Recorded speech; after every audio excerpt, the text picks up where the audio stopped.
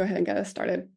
Welcome everyone to Peace Week, organized by the Jimmy and Rosalind Carter School for Peace and Conflict Resolution at George Mason University.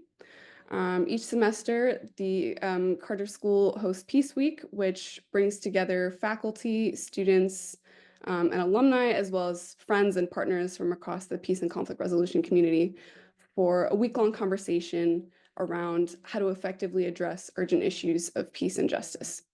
So our theme for our spring 2025 Peace Week is conflict resolution in a changing and uncertain world. This session is titled Building Resilience and Networks in an Uncertain Peace Building and Development World. And I'm actually going to start us off by kind of setting the stage for you all with a personal perspective on how this session came about. So my name is Camila Eliasji.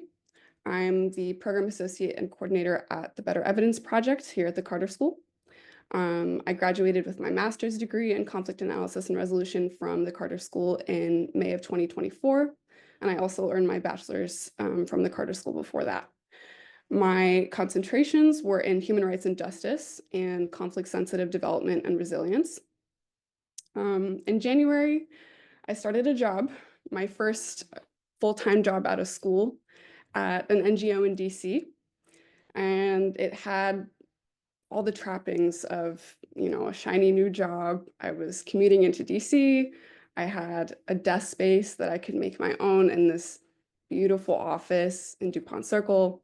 I was getting to sit in on off-the-record meetings with diplomats, but also much, much more importantly to me, I was supporting work that I really believed in and felt was truly owned and led by the people that we in this field profess to serve.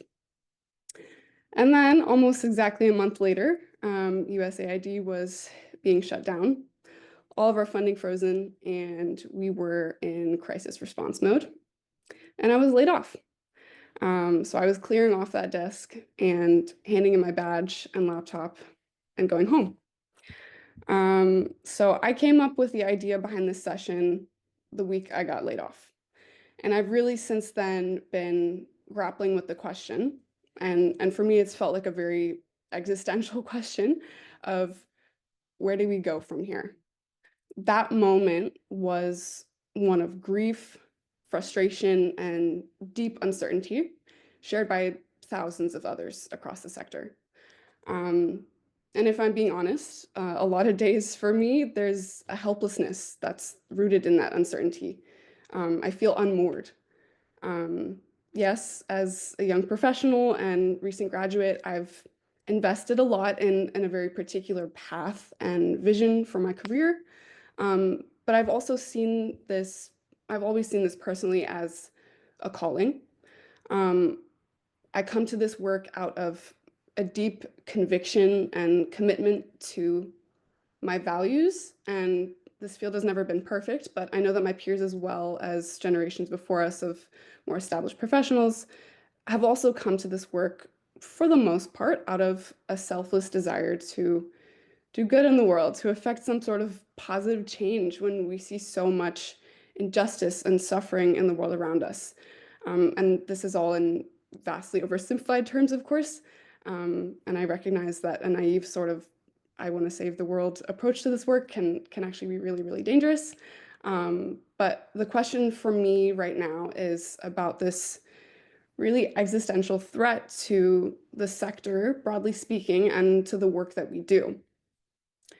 The withdrawal of US funding has left this massive vacuum, and it hasn't become clear yet, at least to me, what will fill it. So if you'll excuse more nautical imagery, how do we weather the storm? But also, how do we sail out on the other side stronger? How do we make sure not just that this work can continue, but also that we do it better, that we, all of us, what we build in the wake of our sector's collapse is more just and inclusive and truly works for the communities that we mean to serve. So I have none of the answers, but we have with us two brilliant panelists. Monika Kurka of Activate Labs, and our own Professor Agnieszka Paczynska, both of whose work and thought leadership I very much admire, who will help walk us through some of these questions and create a space to explore potential solutions and novel approaches to meet the challenges of this moment. But before we jump in, I just want to go through a few housekeeping items and notes on how this session is structured. So before I introduce our panelists more fully, I will turn it over to my co-host, Jeff Helsing, for some additional opening reflections. Each panelist will then give an initial presentation. We'll turn to Jeff for some reflections, and then we'll have an audience Q&A section. So as you think of questions throughout the presentations, please note them down so that you can ask them later on. And now I would like to introduce Dr. Jeff Helsing, my boss and the executive director of the Better Evidence Project, as well as a research associate professor at the Carter School. Jeff also spent nearly 25 years at USIP, including as associate vice president, where he led USIP's education and training programs, as well as curriculum development that included conflict resolution training for civil society organizations, peacebuilding practitioners, youth and religious leaders, humanitarian aid workers, and diplomats. He's taught a broad range of subjects, including conflict resolution, analysis of war and peace, negotiations, human rights and conflict, comparative foreign policies, and American foreign policy and international relations theory, and helped develop a master's degree concentration in international relations at the American University in Cairo. His published articles have focused on conflicts in the Middle East, and he co-edited Human Rights and Conflict on the links between human rights, humanitarian law, and peacebuilding. He's also written articles and delivered numerous conference papers on the impact of education policies and projects in conflict zones. He holds a bachelor's degree in history from Stanford University and a doctorate in political science from Columbia University. And I'm so lucky to be able to work with him every day. Jeff? Thank you, Camila. And I hope I'm going to talk for less than that way over long biography of me. Like Camila, and like probably everybody who's here present in this session, we all know people that have been affected by the cuts and layoffs of the last month or two. What I'm going to start off is just quickly say one of the things we thought about was resilience. And I used to head programs at the U.S. Institute of Peace in which we were helping other communities develop resilience in how to address conflict issues within their own communities. And this has now come home to our own doorstep, meaning the peace and conflict field. That is the focus of the Carter School, is the focus of so many great organizations, NGOs, and the lifeblood of work of many people we know. I tried to tally last week sort of how many people I know who've lost their jobs at NGOs, at AID, at USIP, and I stopped counting when it got into the multiple hundreds. So this has been a really difficult time. So part of what we want to do today, and Camila had this great idea, how do we as a community begin to kind of rethink what we're doing, plan for the future, and develop ideas and tools for resilience. So that's the idea. We want this to be more of an informal conversation in which Agnieszka and Monika will kind of lay out some of their thoughts, and then we really want all of you to join in and participate as well. So I'll have a few more things to say specifically after Agnieszka and Monika speak, but again, welcome to everybody, And this is kind of a discussion that we as a community um, uh, need to begin to address, think about, and plan for the future. So thank you, Camila. Thanks, Jeff. So now I'll introduce our first panelist, Professor Agnieszka Pachinska. Agnieszka is professor at the Carter School for Peace and Conflict Resolution at George Mason University. Her research focuses on the relationship between economic and political change and conflict, globalization and local conflicts, post-war reconstruction, and peace and conflict pedagogy.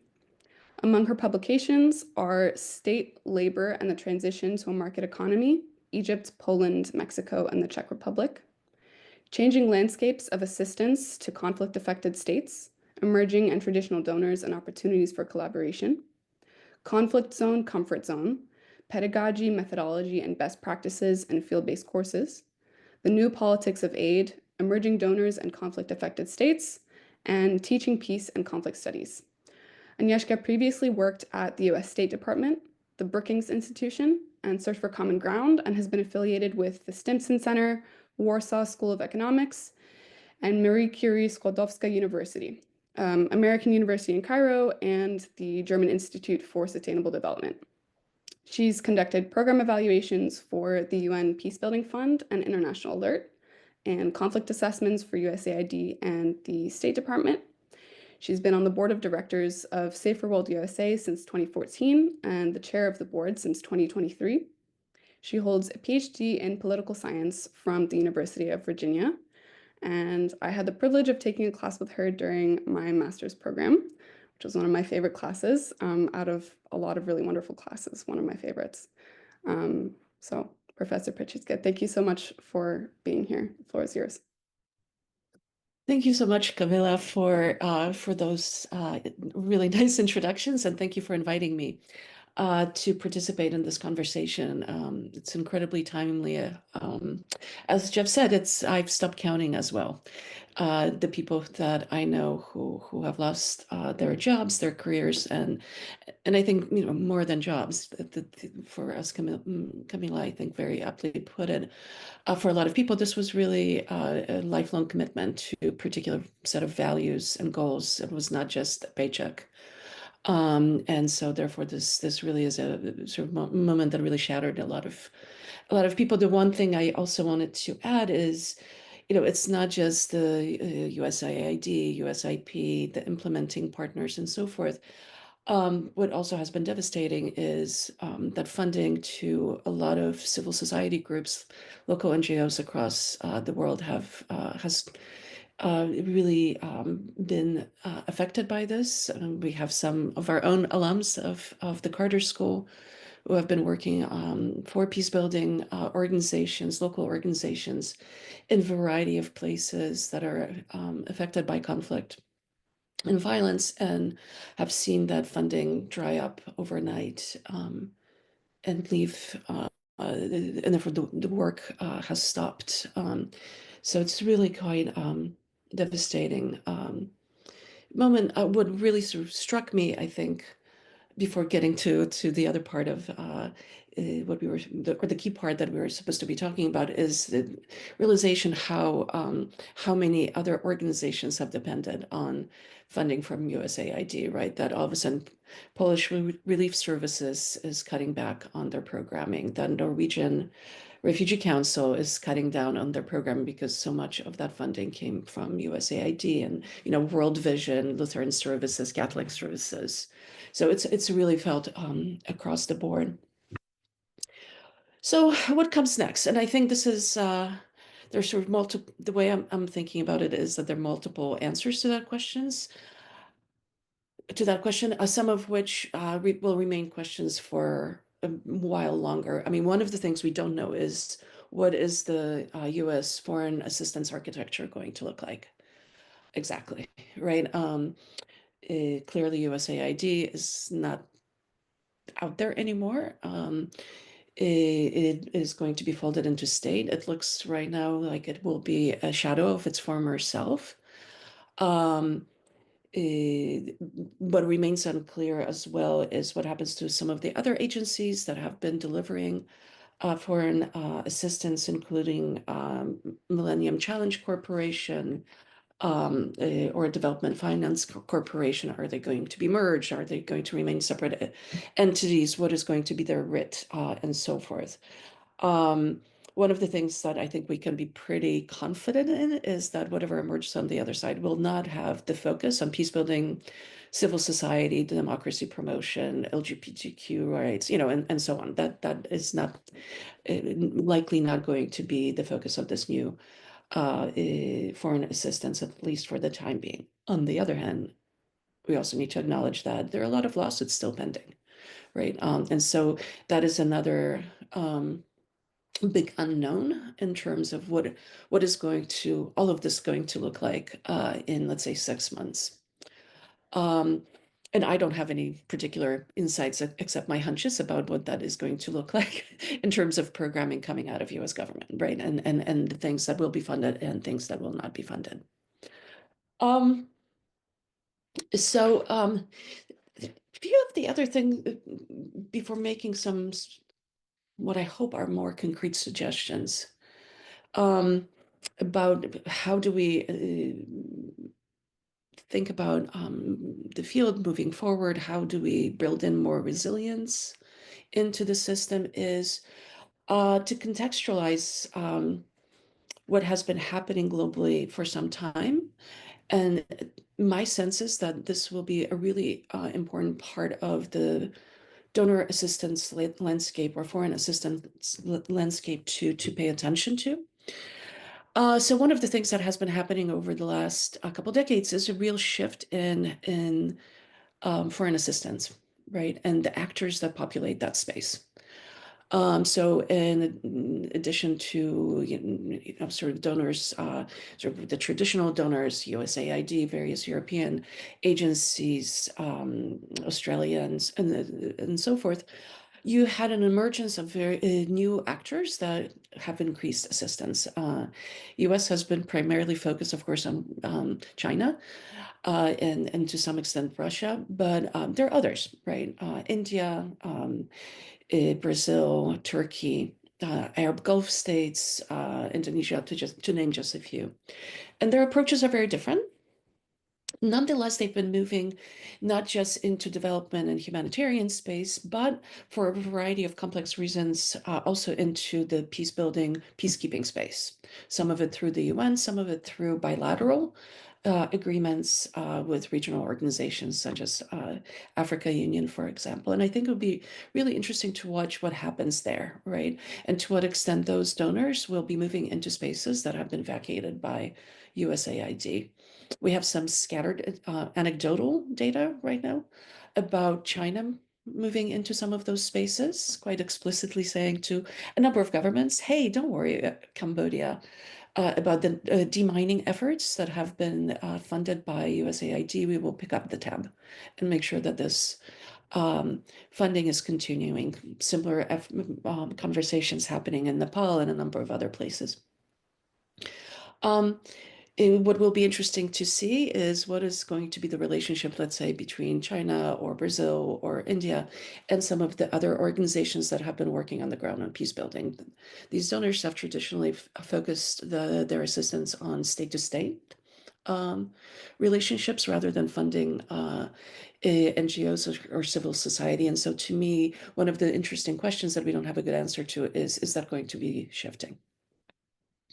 The other thing that I think is worth watching is what happens to private foundations, right? Some of them have already been funding a variety of peace building programs. Specifically, they're funding other things as well, right? But focusing on providing funding to peace building efforts, organizations, foundations like Humanity United, for instance, but also Social Science Research Council, MacArthur Foundation, Carnegie Foundation. Some of them have already indicated that they are looking into expanding their funding of these activities now that USAID funding has stopped. I think it's in particular MacArthur, but don't quote me on that. It has said that it would dip into their endowment in order to provide that funding. But I'm not 100% was MacArthur. It was one of the big foundations. And if anybody's interested, I'll look it up and let you know. And I think that's actually a really important both space to watch, but also an opportunity for resilience, right? Because what I think might be worth also watching is, for instance, huge foundations that have focus on education and health, like Gates Foundation. Are they going to start moving into different spaces as well? But it also points to something that I think the field as a whole should be thinking about, which is diversification of funding sources. Right. I think one of the things that the current situation has really highlighted is how many organizations became very dependent on US government funding. And dependence on any one donor carries those risks. And I think we see that.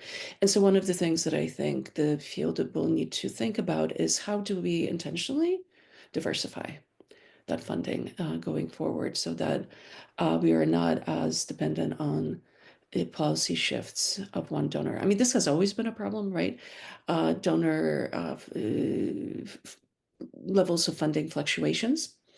This has often been a challenge for not just peace building, but also development work.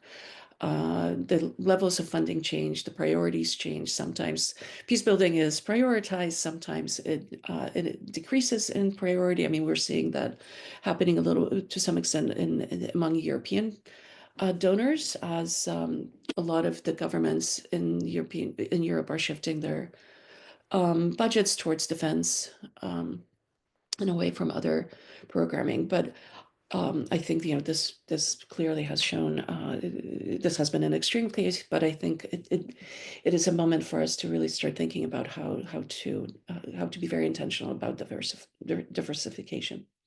The other thing that I think is a space to watch is what happens to the private sector. And how the private sector reacts to all of this. In many places, it was quite dependent on some of the programming that USAID did, right? Especially when it was providing, setting up shop in places that experience a variety of challenges. And are they going to start moving more intentionally into some of the spaces that used to be occupied by development agencies and peace building agencies? So that's and I think it's too early to tell, but I think this might be also a space where some very intentional efforts might be worth considering. Do we do reaching out to particular private entities make sense to support some of that work? Finally, I think there were two more points that I think are worth keeping in mind. One is that there has been an effort, sometimes more successful, sometimes not so successful, in really moving towards localization, to ensuring that it is local actors who are taking the lead in developing, implementing, and evaluating programming, peace building programming, right? Rather than having external actors being the driving force of these activities. I think this might be a moment as we're rethinking how a peace building field engages with conflict affected spaces, both within the United States and externally, is how to ensure that actually we become much more intentional about putting local actors in the driver's seat. One of the other place where I think we have an opportunity to really be focusing on and developing new approaches is in how we evaluate peace building programming. This has been notoriously challenging, right? Because very often these changes are hard to measure. They're often very contextual, right? How is peace defined? Well, different communities might define it very differently. So how do we measure changes either towards more and better quality peace or deterioration of situations? And so thinking about how to develop new evaluation methodologies, how to utilize new tools that have become available, whether it's AI, whether it's geospatial modeling, all sorts of technical developments that have come online.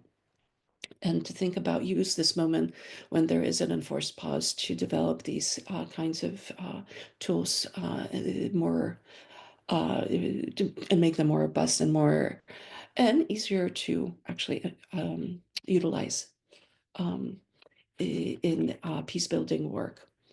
Finally, I think it's also a good moment specifically for US-based peace builders to think about how to also work on peace building domestically. And just, it's a hard transition for a lot of people who envision themselves as working internationally. But to thinking intentionally about how to apply the skills that were developed for work internationally in our own communities. And I think that too is part of the process of making the field more resilient and also recognizing that conflicts are not just out there, they're here too. And they're as important to work on, if not more. If we're putting local actors in the driver's seat, then we should be really ensuring that we're in the driver's seat in looking at US-based conflicts. So I'll stop there because I think I'm probably went over my time. Thanks. No, that was perfect. Thank you so much for sharing your thoughtful remarks. I think actually your last point I think is especially interesting to me about kind of looking inward and taking this moment to kind of do some soul searching and apply the things that we like to take elsewhere to conflicts at home because I think there's a lot that we need to be looking at right now. So with that, I will introduce our second panelist, Monika Kulka. Monika is a seasoned facilitator, designer, researcher, cultural organizer, and strategist specializing in peace building, conflict transformation, deep democracy, social movements, and narrative change. She's the founder and director of Activate Labs, a global NGO that activates, organizes, and amplifies peace-building social movements. She can often be found training and facilitating workshops on deep democracy, narrative change, participatory action research, peace design, art for resistance, and fractal peace building. Monika champions the vision, we must shift power by sharing power, co-creating shared futures through her innovative peace design methodology. With extensive leadership experience, Monika has served as the Director of Nonviolent Action at the United States Institute of Peace and as the Director of the Plus Peace Global Coalition. Over nearly 2 decades, she's been a relational organizer, working closely with communities and social movements across more than 10 countries. Fluent in Spanish, English, and Romanian, Monika brings an intersectional approach to her work in peacebuilding and social movements. She was awarded 2 master's degrees in conflict and coexistence and in sustainable international development from the Heller School of Social Policy and Management at Brandeis University. She's also an adjunct professor at Georgetown University's conflict resolution program, teaching peace design and deep democracy at the School of Government and Democracy. Monika, we're so excited to have you with us. And the floor is yours. Thank you. And first, I just want to say shout out to Eastern European women representing who thought that would happen. And maybe that's what the shift can bring. Some gatekeeping is going down. So thank you for inviting me. And yeah, this is great to have this conversation considering, the many conversations I've had. I just came back from Copenhagen, 2 days ago, where I was at the People Powered Conference with ActionAid and a lot of partners. Safer World. I met your new executive director. She's amazing. Love her. And it was so good to hear from people, and I'm going to touch on that. But I did take some notes and just kind of want to take through kind of how we've like viewed the problem and kind of what were some of the dynamics, and then I'll just touch a little bit on some of the possible solutions, and then we can have more of a discussion around it. If that works for everybody. Um, so I think, yeah, not that it was a shock to anybody who has been watching the last 8 years. What happened? I think what uh, we took a very like mocking tone to the Trump administration the last time he served in when he was President 45, and I think this time we can't have that same tone. They learned from their mistakes. They've learned from their from what they didn't know. They're strategic. It's a different world now, right? We have AI empowered. It's a world of misinformation. It's a world of impunity. It's a world where no battle is too small. No petty revenge is too small. And so everyone's a target. And so that really puts a tone on how we respond, how we're going to engage. And I think one thing, as you know, being not a federal employee, but being within the federal government, that I noticed, and that was the first time I served that in that role in that space, and I think possibly the last, probably. The reason being is that the self censorship that was so normal in that space um, is also a muscle memory, right? And the idea that people are not seeing any incentives to speak out even now.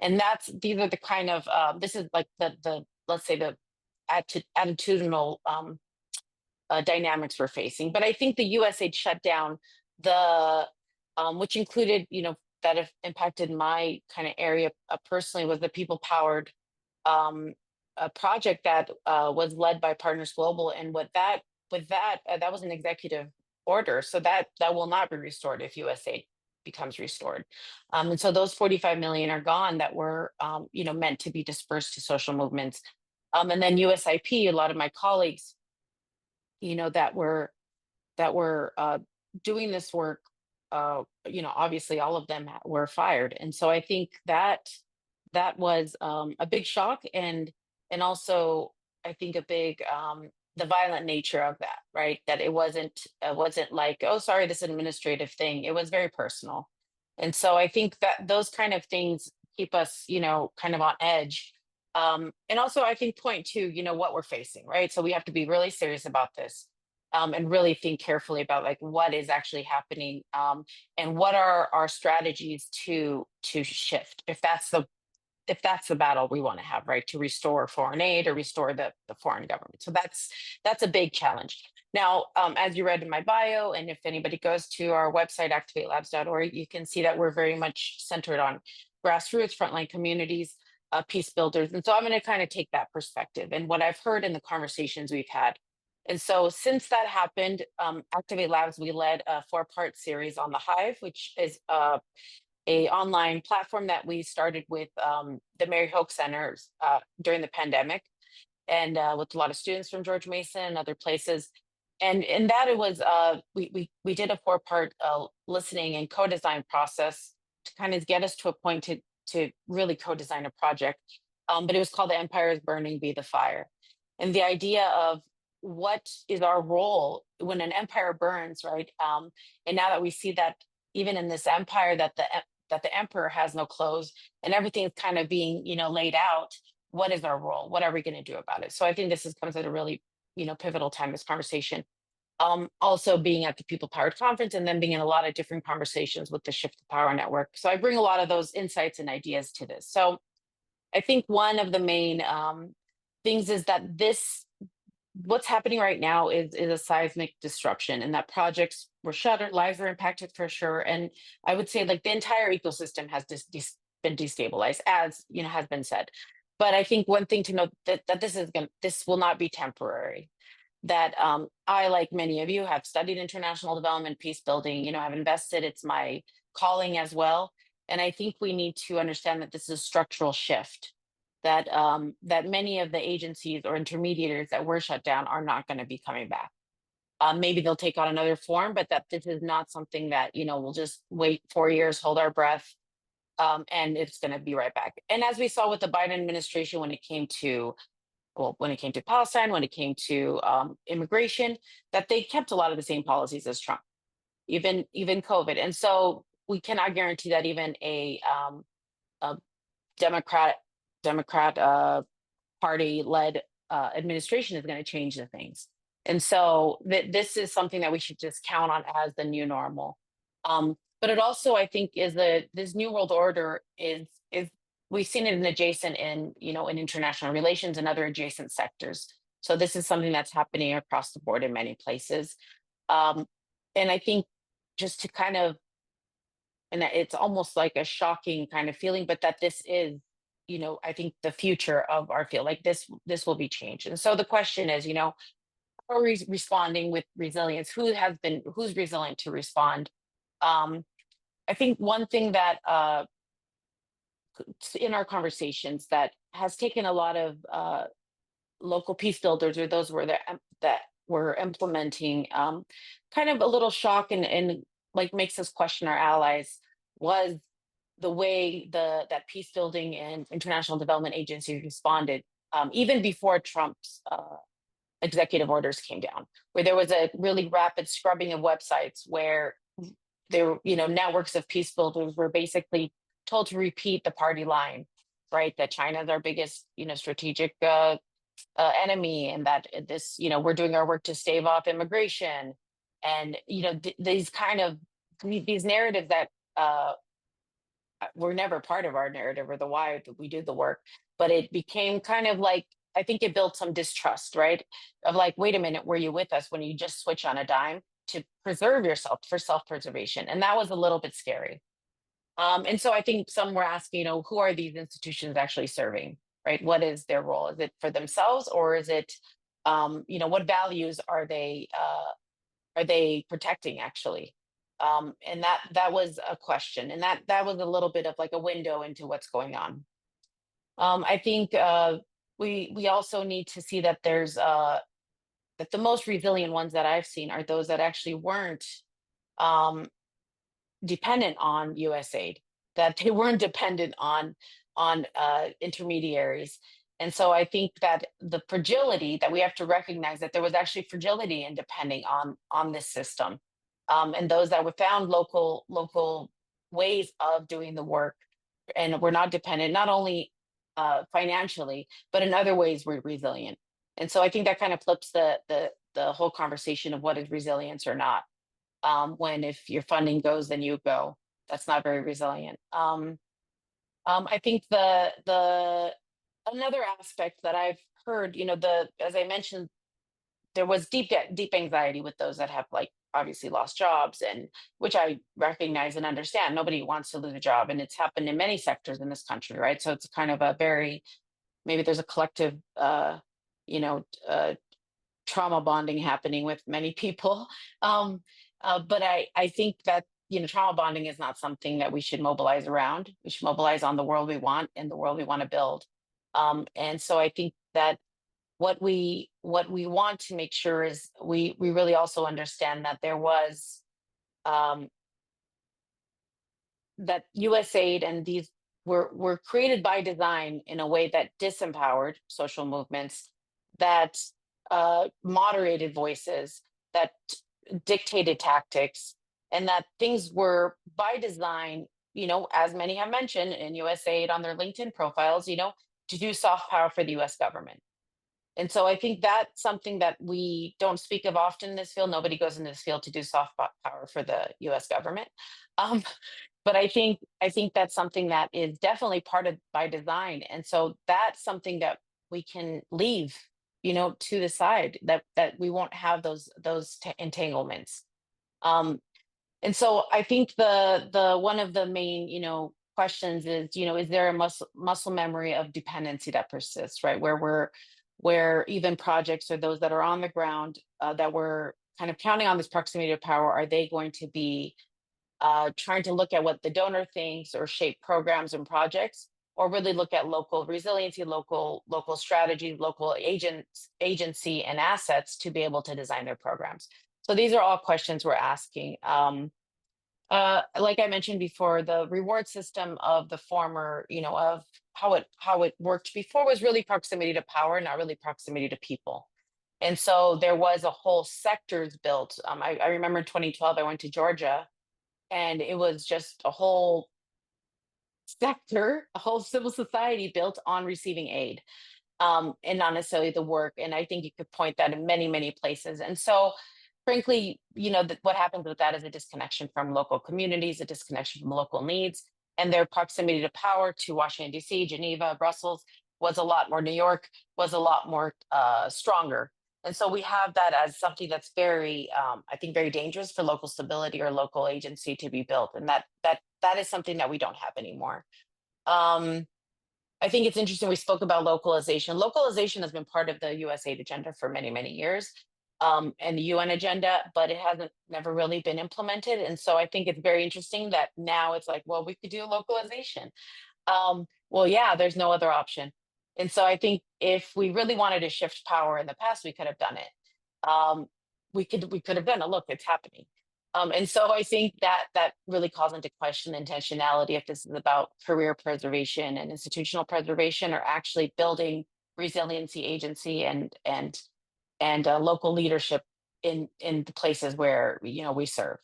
Um, and then also with that, it's just the idea of, we have so many programs, as Jeff mentioned, on resiliency, on local leadership. Well, what is the anxiety about? We've trained so many people. Let's put our theories of change to the test.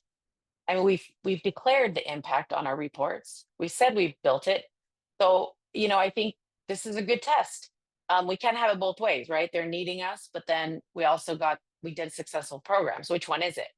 And so I think that those are interesting, things that have taken place where both narratives are kind of spouted, and it's like, why are the least anxious people the ones that are receiving zero help and haven't for a while? The ones that have the ability to lead locally, they're actually excited about this opportunity. And I think it's a way that we can actually look at things beyond what we saw as capital, what we saw like there as far as financial capital, and there's other human resources that we haven't yet tapped into that is an opportunity. And so just to kind of move on to the opportunities that I see, or any kind of ways that we could be rooted in innovation or agency and solidarity. What we heard in our groups was just a real hunger to do things differently, to not try to replicate the old system, and even an idea that things should have been dismantled before, and now this is an opportunity to not repeat them. And so what does that mean? That means that there's not just, the donor and the beneficiaries. There's many intermediaries. There's many organizations that take a cut, that manage programs, that, because of infrastructure, because of, many excuses, right? It could be because of bank accounts. I mean, it's very pragmatic reasons also. It's not just, it's the way our global financial system works, that we can't transfer money to certain groups. And so, but what I think this is an opportunity is to rethink even how that is, right? Where do we need, sometimes 1, 2, 3 layers of intermediaries that each take a cut, where it's such a small amount goes to local organizations? Is that a need? And I think there's a hunger for infrastructure support, to support frontline communities, local organizations, peace builders, to build that infrastructure, and to not have, reports and research and everything happen externally, where really those projects are kind of defined from the outside, because of, we say something in our work is like the colonization in our work happens in very boring, mundane things. It doesn't happen with, I will colonize you. It happens in very boring things like research, like documenting the money that's used, like documenting success, like setting indicators. That happens externally often because of infrastructure, because maybe the lack of research support. Well, I think there's a hunger for people to learn participatory action, to learn actual research process, to write their own reports, to name their own stories, to define their own problems. And so that just requires some technical skills transfer and knowledge transfer that doesn't require intermediaries to run for them. And so I think that's something that is really exciting to me, that is an opportunity. And lastly, I'll just mention, and we can have more conversations, but there are, models that we're going to be launching a co-design process with Peace Design Lab on looking at people-to-people global solidarity models for peace and justice. So that means maybe taking a mutual aid model, and seeing there's so many people that are no longer employed by USAID, but maybe have the skills and knowledge, the desire to support local communities, frontline communities, peace builders, social movements, and can support them as resources as opposed to managing a project, and looking at it really as like small, micro level, large scale change, where one individual is helping one group, but we can scale that a lot. So that's one. In the Shift to Power Network, they were also talking about community foundations. They were talking about remittances, foundations based on remittances, local, like they have tangas in Latin America, where it's like local funding models. And so there's other ways that communities have funded themselves for a long time. And I think tapping into those and building those up and supporting them with resourcing as far as knowledge and information and processes and templates and support, I think are ways that we can move forward. So I'll leave it at that. But yeah, I'm actually very optimistic about the future. Thank you, Monica. I think the point I'll pick out from your presentation as well is also the need for soul searching. I personally wouldn't have chosen this sort of forced impetus to make it happen, but this is the situation we're in. So we need to take this moment to really examine our values and who is this work for, and why do we do it, and not just pay lip service to those values, but actually build, whatever comes now on that foundation. So with that, I will pass it back to Jeff for some reflections and synthesis, but before we move to our Q&A section. So just a reminder, if you've come up with questions throughout these presentations, make sure you've noted them down so you can ask them when we move to that section. Great, thanks you, Camila. Thank you, Monica and Agnieszka. A lot to think about, and what I thought I'd do is just add a few additional points and comment on a couple of things that both Agnieszka and Monica raised. The first goes to the whole point about sort of the field of peace building and conflict resolution and the tools that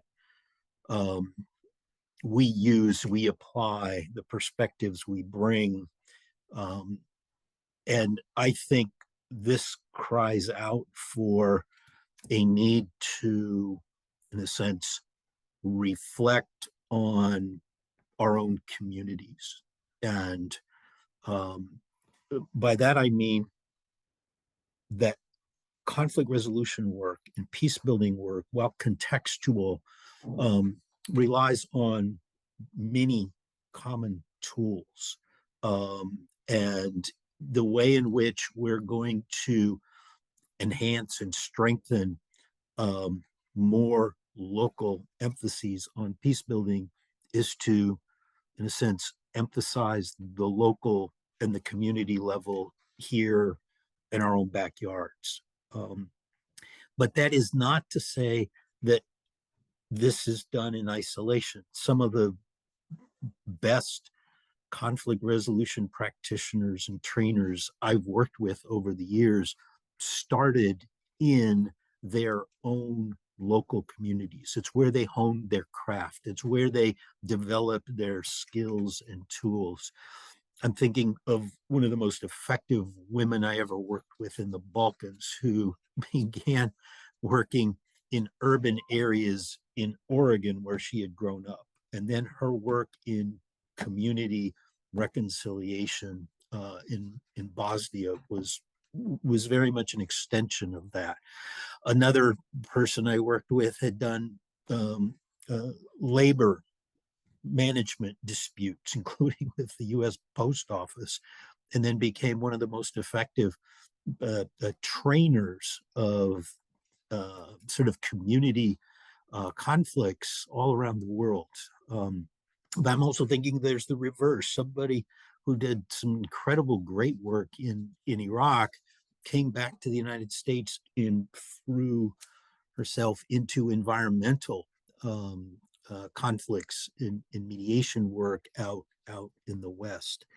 So my point is that there's, this is not the way in which international efforts have been scaled back just means that one has to continue to seek out ways to be relevant, to apply the tools and skills that you've learned.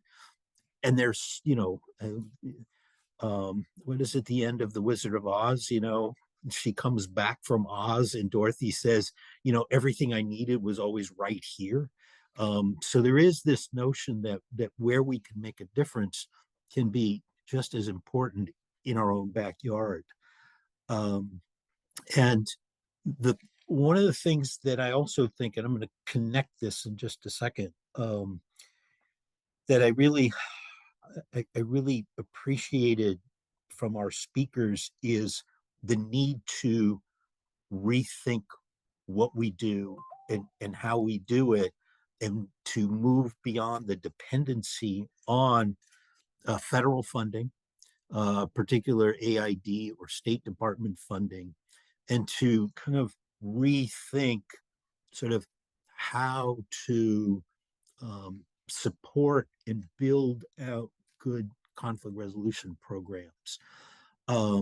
And the private sector may be a great way to go. Foundations may be a great way to go, but there are also service organizations. There are also other networks that can be really interesting places to connect, tap into. At the Carter School, we have a collaborative project that we've been doing with Rotary clubs and Rotary districts, both here in the United States and around the world. And that not only is a new space because Rotary clubs are interested in peace building work because that is really connected to their communities, but that may be a new model of how a public-private partnership could help fund local peace building. And that's certainly something that we're exploring at the Carter School. The Carter School also has a collaborative relationship with the National Association for Community Mediation here in the United States, and drawing upon that, again, another really important, viable network may be a really useful kind of new way of thinking about this. The other thing that strikes me, and I haven't, to be honest, I haven't thought much about this, but both of the talks got me thinking about this, is, academic institutions have some of the infrastructure, reach, and networks that may be useful partners and collaborators, not only in our own communities. For example, a lot of the interesting work that the George Mason University does in Northern Virginia or elsewhere in the state, but also connecting to other academic institutions abroad. And the reason why I think about academic institutions is because universities here and in other countries often have the connections, the resources, but as importantly, the infrastructure, as a way to sort of help connect others and maybe viable alternatives to create partnerships that may engage the private sector or foundations or other networks where funding can be co-created, co-managed, shared, etc. So I think we need to be creative about this. And I, before this session, I thought about, what are ways in which resilience has been defined and applied. I went to the State Department website, and they have a whole page about resilience, which interesting, two things about it. One is it's archived. It's not sort of active. And secondly, it's under sort of the sort of area of the State Department site, which is about deployment stress management. And it was really more about trauma healing. And it was really about how do you deal with things that are very negative. And I think that's the wrong way to think about resilience. I think what we need to think about is really sort of not just dealing with misfortune or dealing with change, but actually those communities that are resilient they adjust, they develop, they adapt, they develop the means to kind of create strength within, to be able to then build out and create positive momentum for the future. And so in many ways, I think it's going to be important to not just be sort of trite about this and say, well, we need to make the best of it. It's, as Agnieszka and Monica really laid out, we need to rethink our assumptions, and we need to begin to become creative, and we need to not sort of sit back and wait for, well, when is, this going to be over? Or when is this administration going to be done? Or when is AID going to be coming back? Or, well, if AID gets incorporated in the State Department back in the way in which the US Information Agency was, okay, what bureaus should I be thinking about dealing with in this new iteration? What is, if the US Institute of Peace legal process plays out and they win their cases, when are they going to reoccupy their building again? And it just seems that kind of wishful thinking just delays the inevitable, and we're no better off for it. So I think what the last thing I want to mention is expand our networks, reach out to folks, just brainstorm, start thinking about, hey, what do you hear? What are you thinking about? What do you have connections with any private sector organizations that may be interested in this? What about foundations? What are you hearing? What's happening in Europe? What's happening in Latin America? How might we be able to connect with Rotary or other big networking agencies? What else might those be? Well, they could be where are investments? Where are money going? In the international context, YMCAs, scouting organizations, student organizations, international advocacy organizations, and others. So I don't know the answers, but I think we can't sort of sit around and bemoan what's happening, but we need to start really being active and bring energy to this. And, I think back on some of the key principles of nonviolent action. And one of the ones that has always stuck with me is not in addition to things like disrupt or protect people or disobey or resist, but also build alternatives. Not just, it's not enough just to seek alternatives, but we need to build alternatives. And we also need to enhance our communication, enhance our networks in ways that we are learning from each other and we're exploring ideas in partnership or possibilities in partnership with others as well. And I think there are experiences that can be shared. There are lessons to be learned. And in a way, you know, for the United States, it's kind of, you get the feeling that, well, welcome to the challenges that many other democracies under threat have been facing for quite a while. And there's much to be learned from them. And I think those connections are going to be critical going forward. The last thing I'm going to say, and it is not prompted by our previous speakers, but it was prompted by a conversation somewhat like this, a group conversation last week, in which somebody I greatly respect, who's done a lot of peace building over the years, basically said that there's too much focus on, in the peace building field, on kind of depolarization, as if dialogue will get us out of this. And I have to say, I'm not sure I agree with that.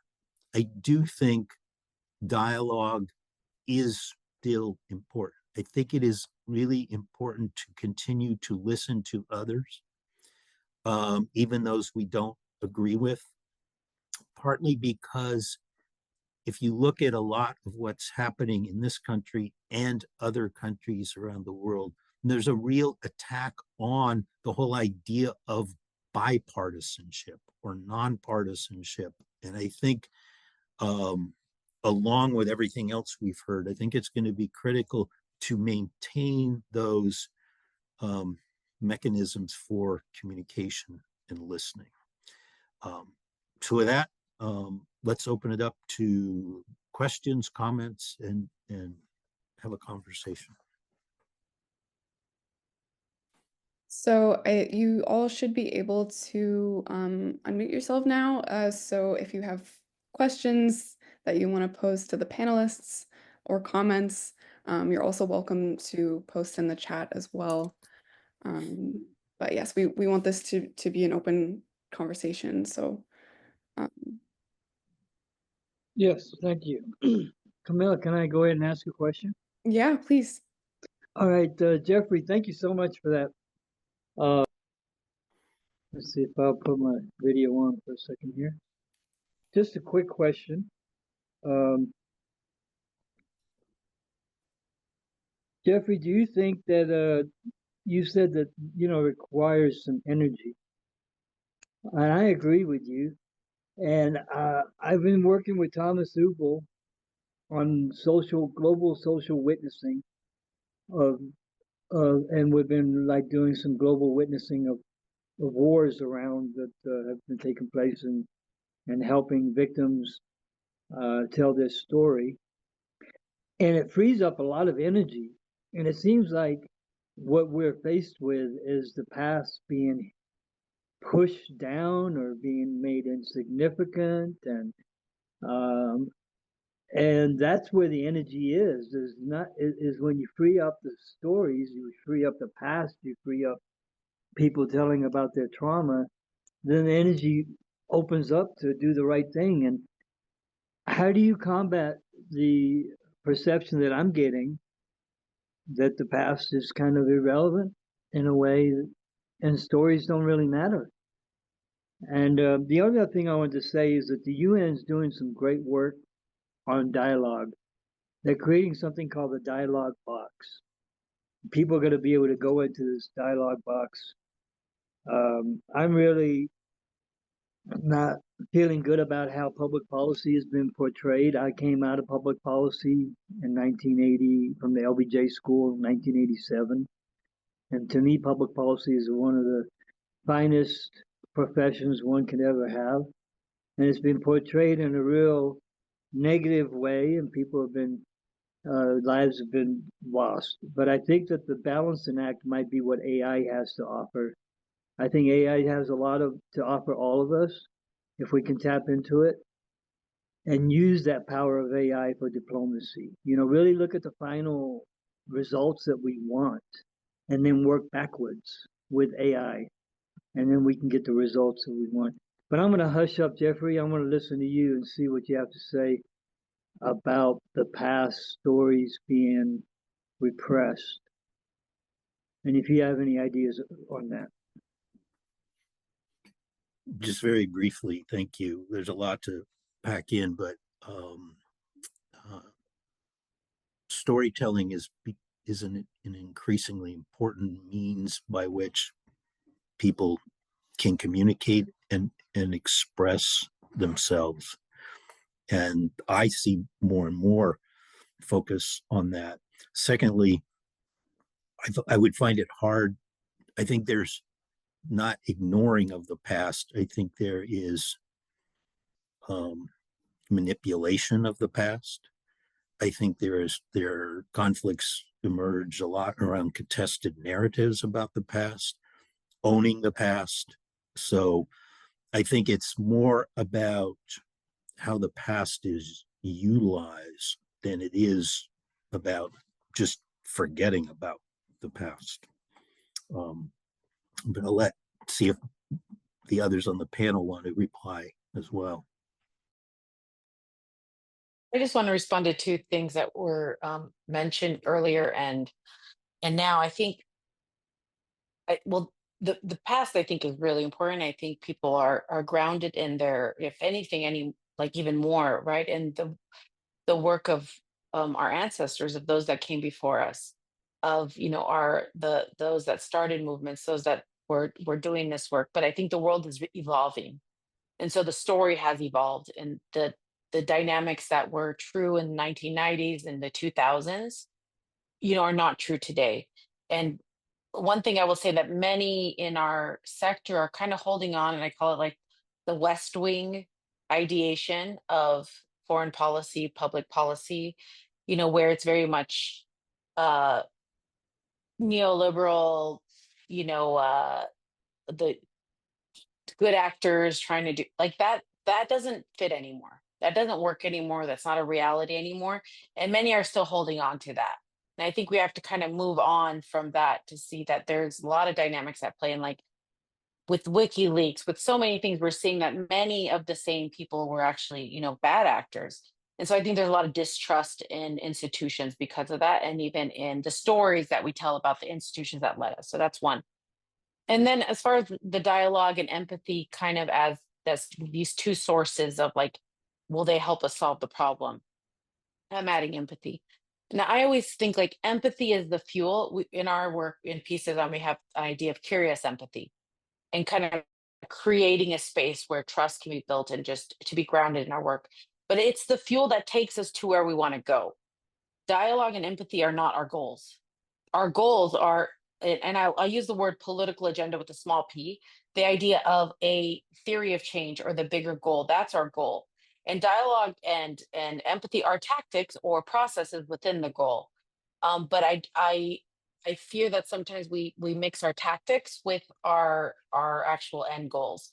And our end goals should be self-determination, freedom, peace, justice. Those are what we want. And sometimes dialogue can take us there. Sometimes transitional justice takes them there. Sometimes people that are bad actors going to prison takes us there. Sometimes resistance takes us there. It depends on the context. And so I fear if we look at dialogue as the solution and even focus on polarization, where it's because I don't think what's happening right now, if we look at what I've been doing is taking in a lot of C-SPAN, because I'm really sick of kind of the two sides interpreting what's happening, and I'd rather just watch Congress do the work and then have kind of my own understanding of what are the policies being said. And I think there is just a different worldview, and we have to name that. And so to what's actually in the post-truth world is that a different worldview is actually being called abuse, fraud, and waste.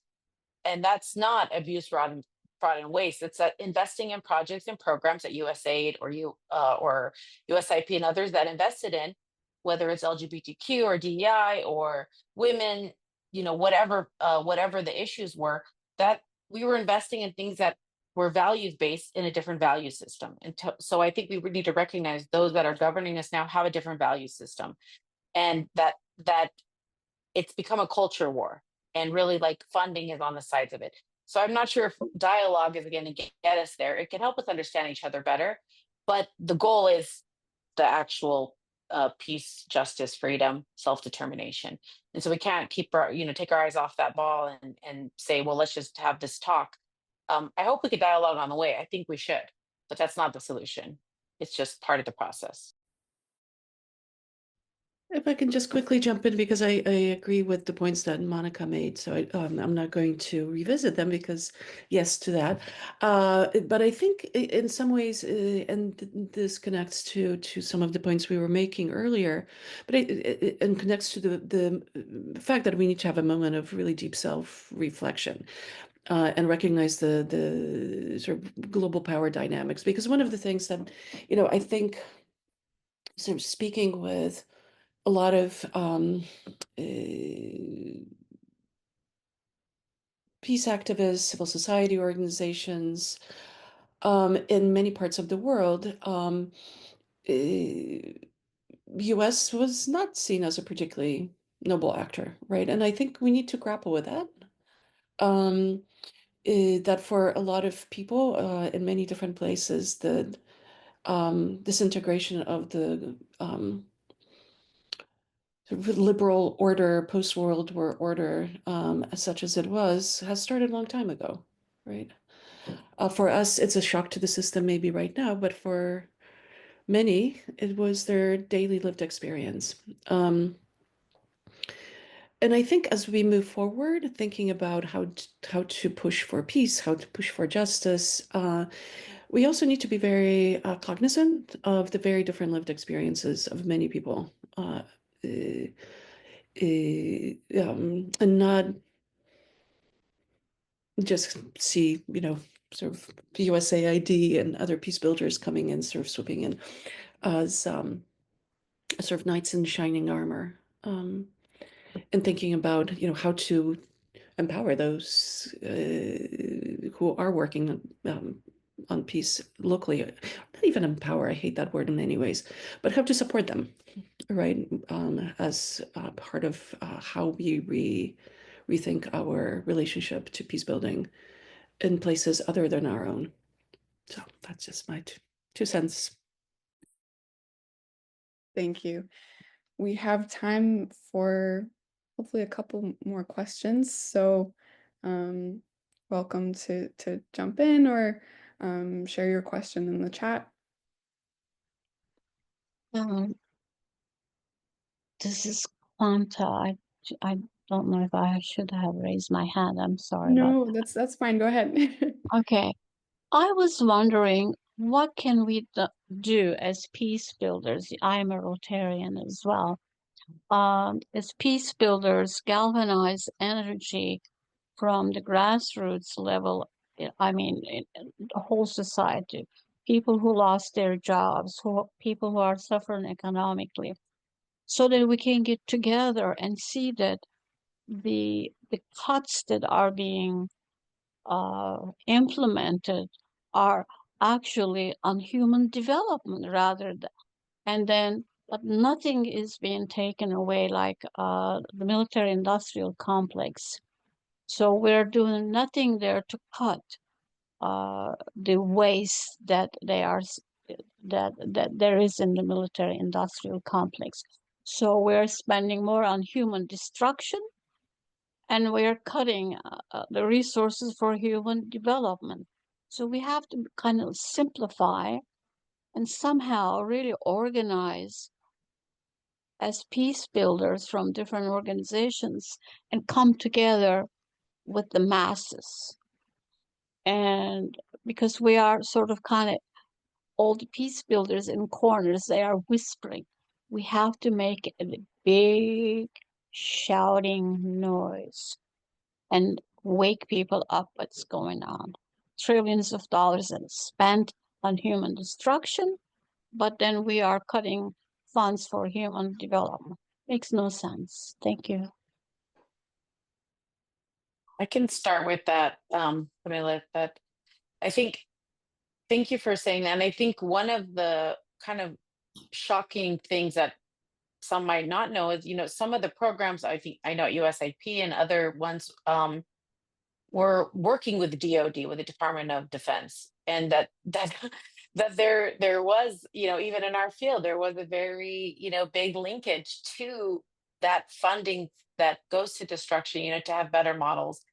And there is like a theory of change of like removing our resources from war. And so, to me, that did call into question. While I understand internally there's a lot of work that peace builders can do within the military, I do wonder, in the bigger context, how are we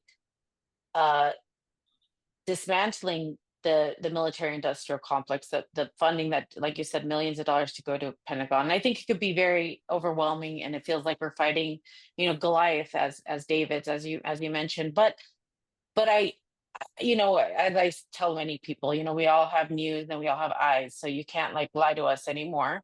Like, we can see what's going on. And I think the one thing that Jeff mentioned that I think is true, but in the sense of like we can all do something.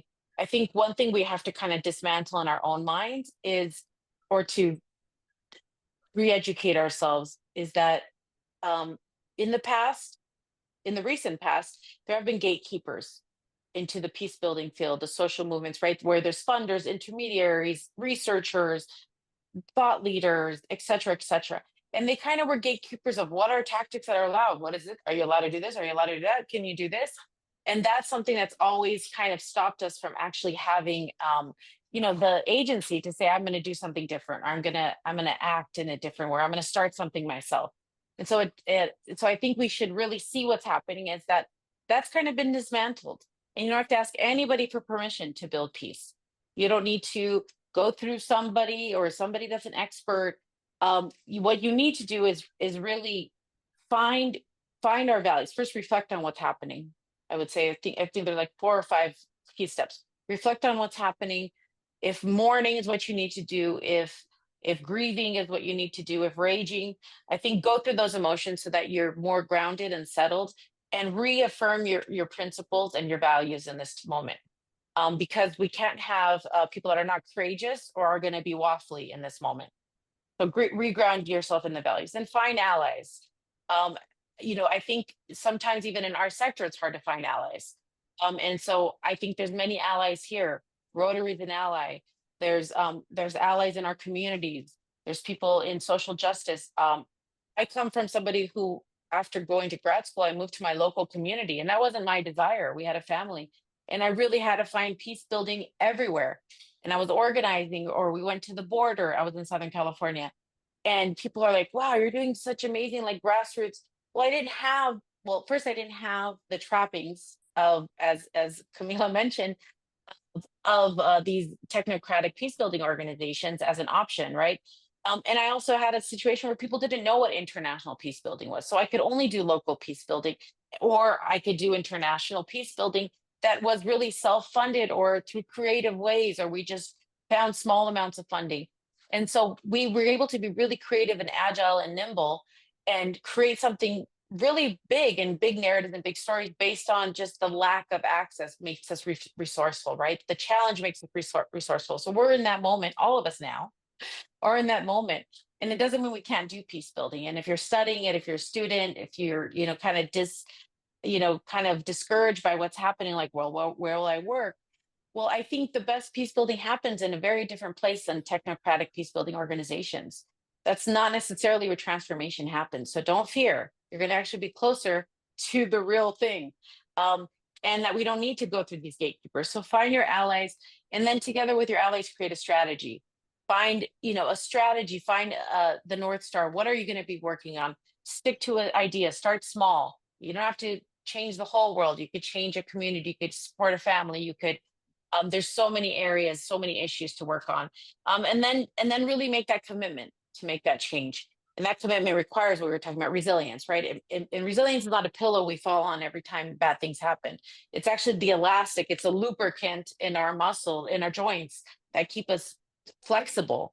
And so that's the muscle memory we have to, that's the kind of muscles we have to build. It's not just like stay rigid, don't shift, and then just move every time you're actually in a situation where you need to change things, you do, something, you rest. No, we need to build that resilience. And so I think those are some of the things we can all do, no matter where we are. I think Migdala needs to be muted, but yeah, let me mute her. So yeah, so I think that this is the work that we are hoping to do. I'm going to share a link for the Hive, that we have a global community of peace builders, activists, artists, and so all are welcome to join us.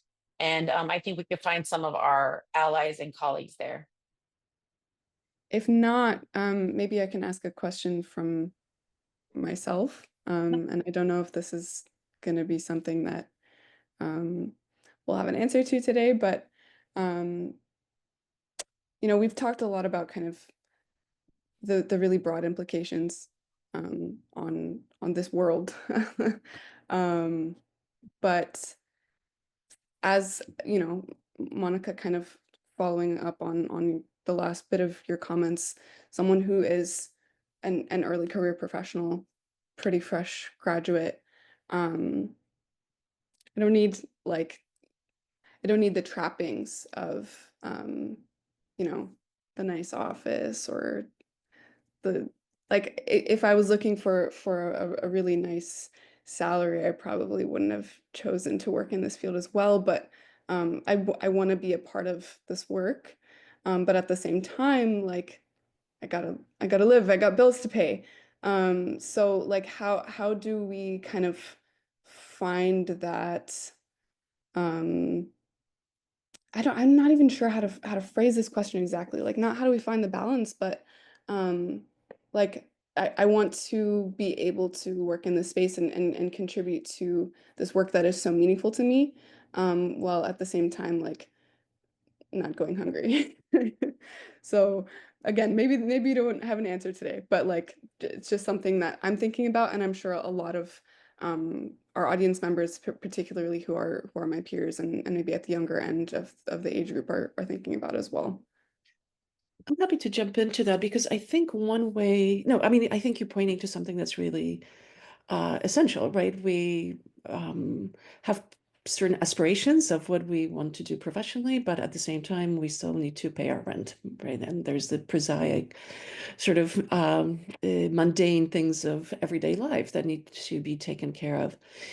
Which is why I was suggesting, that people who might be feeling very despondent right now. And I know just from conversations with my students, 2 of the courses I teach were very much geared towards people who were looking forward to working in international peace building, right? That was their aspiration. One of them is really technical in many ways course, right? How do you do evaluations? How do you think about conflict sensitive programming in, I don't know, infrastructure, right? I mean, it's very, that kind of approach is, and that might not be available right now. As Monica said, maybe it will come back in some other format. It's not going to look the way it used to, right? I think that's pretty clear. But I think to your point, there are certain values and goals that we have, right? Whether it's peace, whether it's social justice, and other things. Thinking about what kind of skills do you have? What kind of skills did you acquire through your studies, right? Because a lot of these are applicable in a lot of organizations that are working within the United States. They might not have peace in their title, yet the work that they're doing is essential to creating resilience within communities, supporting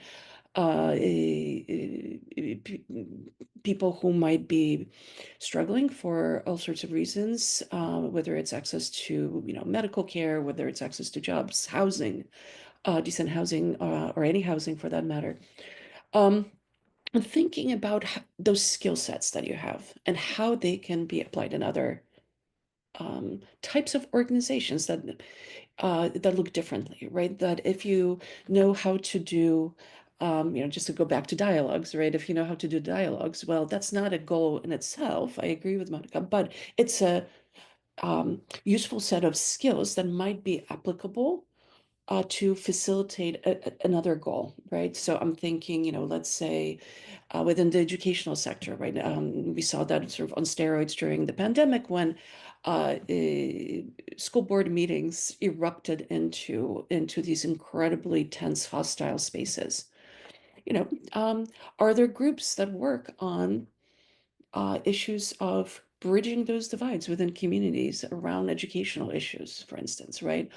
Are there programs within schools that focus on peer mediation and how to train young people to do these kinds of other ways of resolving their conflicts? Thinking about, are there other types of organizations that actually are looking for people who have basic evaluation skills? This could be, environmental, this could be something else, but you have skills. So that would be my sort of very practical advice. Think about the skills you have and what kind of other organizations would allow you to work on those issues that matter to you, those overarching issues of improving resilience in communities, improving lives of people who are marginalized, who don't have access to voice, because there are a lot of those people right here, right where we live, who have faced these challenges. Are there organizations that you can work on, or if there aren't, and you have a job that's it's just a job to pay the rent? Are there ways in which you can do volunteer work? If there are particular issues that are meaningful to you. For instance, in DC, there are a couple of organizations that work with immigrants, right? Supporting them and looking for volunteers because people need, for instance, to find housing. They need to find a kitchen gear to put into those kitchens once they have one. There are organizations that help people who may not have access to reproductive rights in other states who come to DC where we still have those. They need housing, they need drivers, they need sometimes just somebody to go with them to an appointment. Are there other things you can be doing that actually help people in your own community, right? Or support people in your own community that line up with the goals that you have that you envision for yourself as a professional. So that's my couple of very practical suggestions.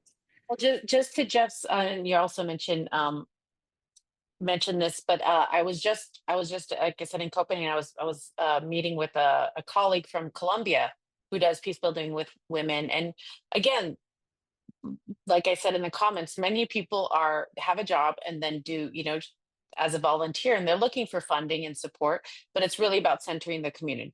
But one thing, she's on the board director of the Buenaventura in Colombia, in the city of Buenaventura University there. And she asked me, are there any universities that would want to do exchange?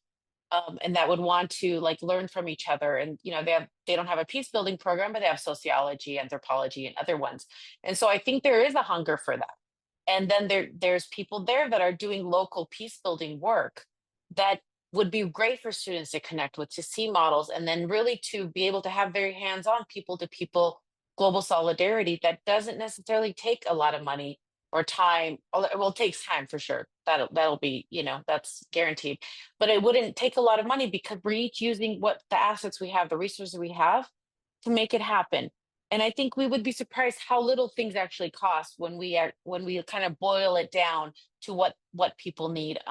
Or, have our costs covered, but maybe volunteer some time, where we just kind of look at equity model of this work rather than paying our bills, as was said, rather than like let me make some income off of this, some savings, and I think that's kind of having a global perspective of what does equity look like in this work and how everybody has aspirations, and we could partner with people to meet theirs while we're also meeting our needs. And that to me gives me hope, because that's all we need, right? We need to eat, feed our kids, go to school, I think that's what we need, and everybody wants that. And so what a joy it is to partner with others that want the same thing and are doing that, and not like seeking this capitalistic kind of how do we get more, how do we get more, how do we rise higher, but how do we all be better and safer and thrive together? Yeah, absolutely. Thank you both. I think that's going back again to this idea of we need to be really, really creative, both collectively and on an individual level with how we're approaching this work now. Jeff, I don't know if you have anything you wanted to say in kind of conclusion. Otherwise, I'll wrap us up. Simply thank you. Thank you both, Agnieszka and Monica. Your last post in the chat, Monica, was better than anything I could say. So I will leave it there. Thank you, everybody, for joining us. And this is a conversation that I hope will continue going forward. So thank you all very much. Yes, thank you so much, everyone. Thank you, Agnieszka, Monica. Thank you, Jeff. And thank you to all of our audience members. Take care, everyone. Thank you all.